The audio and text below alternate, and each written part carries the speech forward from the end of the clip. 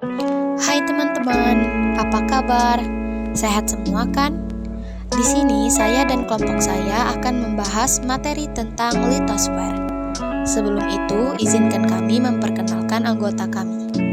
Kami dari kelompok 1. Perkenalkan, saya sendiri Lubabah Nuraini. Perkenalkan, nama saya Arsy Pratiwi. Perkenalkan, nama saya Puspa Dewi.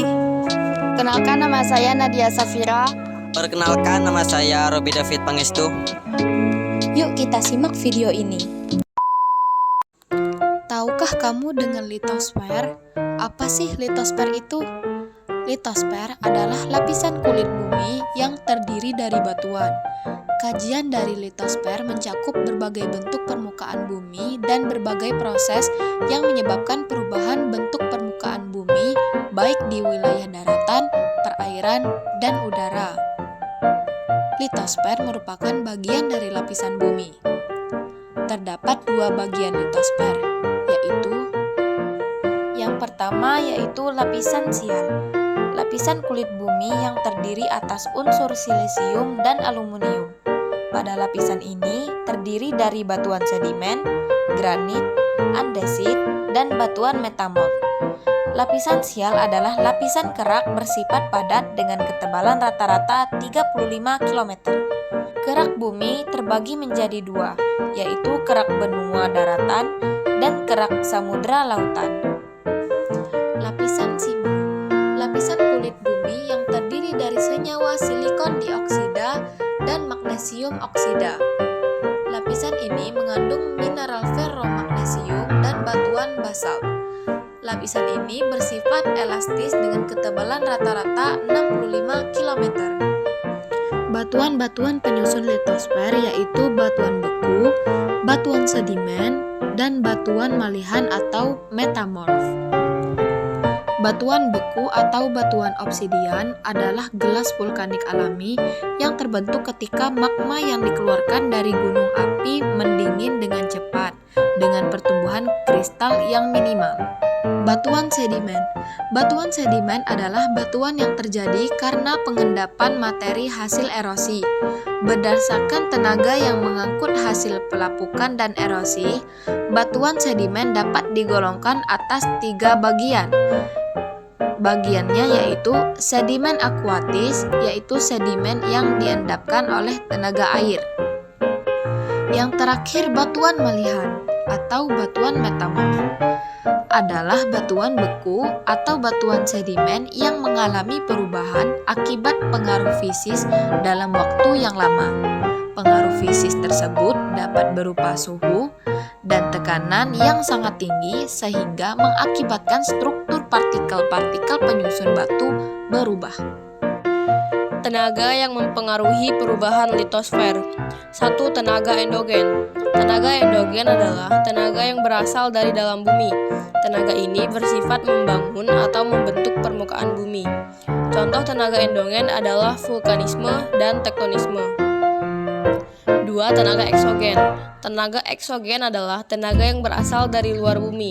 Sifat umum tenaga eksogen adalah merombak bentuk permukaan bumi hasil bentukan dari tenaga endogen. Adapun contoh dari tenaga eksogen yakni erosi atau pengikisan, pelapukan, sedimentasi, dan juga tenaga dari meteorit. Selanjutnya mari kita simak penjelasan mengenai apa itu tektonisme dan apa itu vulkanisme. 1. Tektonisme. Tektonisme adalah proses yang terjadi akibat pergerakan, pengangkatan, lipatan, dan patahan pada struktur tanah di suatu daerah. 2. Vulkanisme. Vulkanisme adalah aktivitas keluarnya magma dari dalam bumi ke permukaan bumi. Kandungan magma berupa cairan, batuan, dan gas dengan suhu yang sangat tinggi. Perubahan pada lapisan litosfer memiliki beberapa dampak bagi lingkungan, yaitu 1. Degradasi, 2. Berkurangnya kesuburan tanah, 3. Produksi tanaman akan menurun, dan 4. Kerusakan sumber daya air akibat kekeringan dan pencemaran lingkungan. Pernahkah kalian memiliki pengalaman dengan gempa bumi? Tentu bagi kalian yang tinggal di daerah dasar patahan dari dalam bumi, kemungkinan sering mengalami kejadian gempa bumi. Apa itu gempa bumi? Yuk kita simak. Gempa bumi adalah getaran pada permukaan bumi yang berasal dari pelepasan energi di dalam bumi yang terkait dengan gerakan lempeng. Berdasarkan faktor penyebabnya, terdapat berbagai macam jenis gempa, yaitu gempa tektonik dan vulkanik dan gempa runtuhan. Sedangkan berdasarkan lokasi epicentrum terdapat gempa daratan dan lautan. Apabila epicentrum gempa bumi terjadi di laut, maka berpotensi untuk menimbulkan tsunami. Beberapa hal yang berpotensi menimbulkan tsunami adalah apabila kekuatan gempa bumi yang berpusat di tengah laut dengan kedalaman kurang dari 100 meter dan berkekuatan lebih dari 7,0 skala Richter.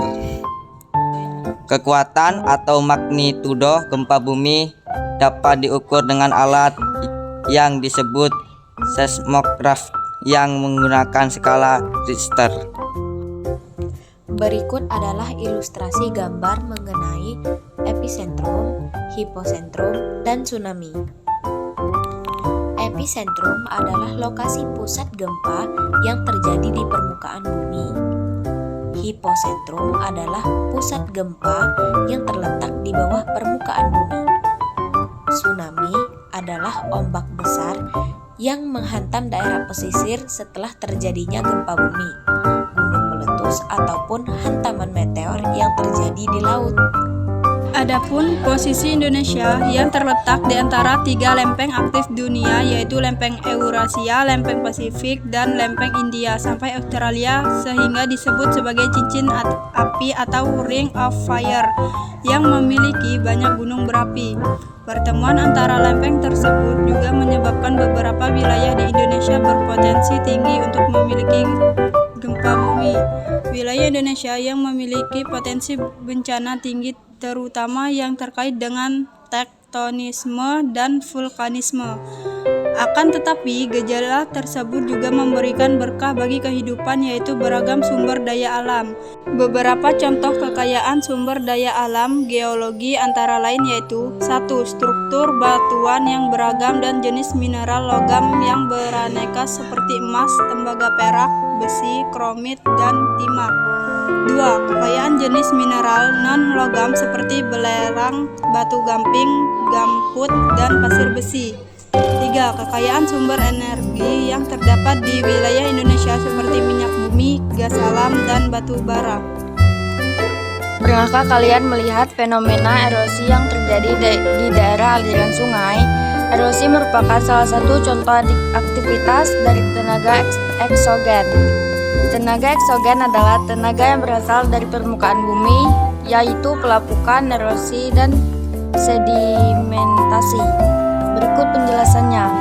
A. Pelapukan adalah proses penghancuran batuan dari bongkahan besar menjadi bongkahan kecil. Hal yang menyebabkan terjadinya pelapukan adalah sinar matahari. Cuaca panas maupun dingin, iklim, perubahan suhu, unsur kimia, serta makhluk hidup atau manusia, hewan, dan tumbuhan. Dengan demikian, penyebab terjadinya pelapukan dapat kita golongkan menjadi pelapukan kimiawi, pelapukan mekanik, dan pelapukan biologis. Dapatkah kalian mencari contoh-contoh dari pelapukan tersebut? B. Erosi adalah proses pengikisan dan pemindahan material batuan ke wilayah lain.